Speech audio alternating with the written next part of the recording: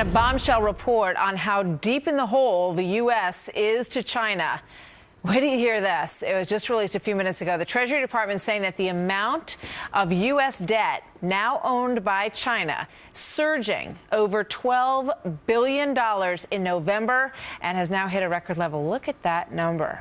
The total American IOU, over $1.3 trillion that we owe to China. Another way to look at this is that it means that we owe nearly $1,000 to every single person in China. And there's a lot of people in China. Stuart Varney joins me now, host of Varney and Company on the Fox Business Network. So what does this mean, Stuart? Okay, if you borrow $1.3 trillion from China, you give China leverage, power, influence over us. We are in check because of that massive number. If they even hint that they won't lend us any more money, our interest rates go up. This is the problem with massive debt. You lose a little of your sovereignty. Secondly, Martha, we have to pay interest on that debt. That means tens of billions of dollars every year flow out of America. They go to China. They go to Japan.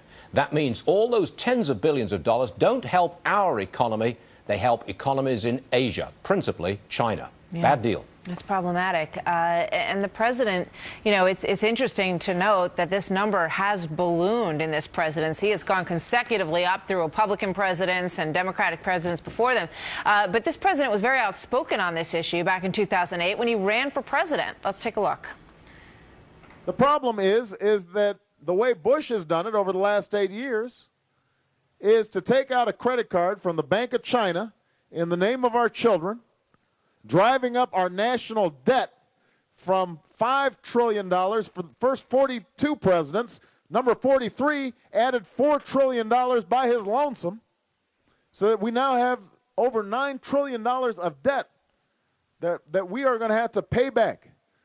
$30,000 for every man, woman, and child. That's irresponsible. It's unpatriotic.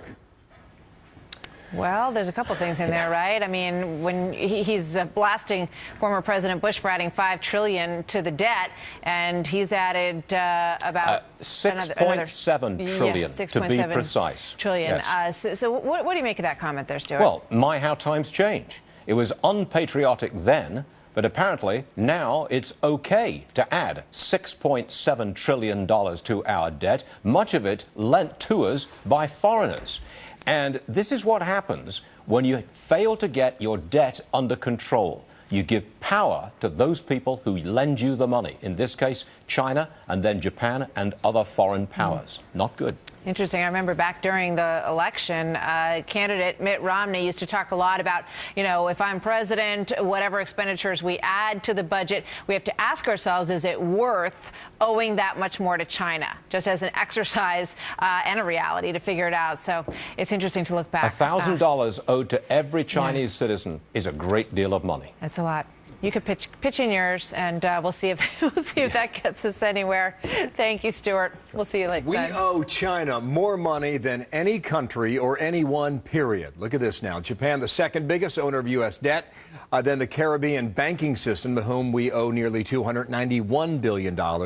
Third on that list is Brazil. Our debt to Rio, nearly $247 billion.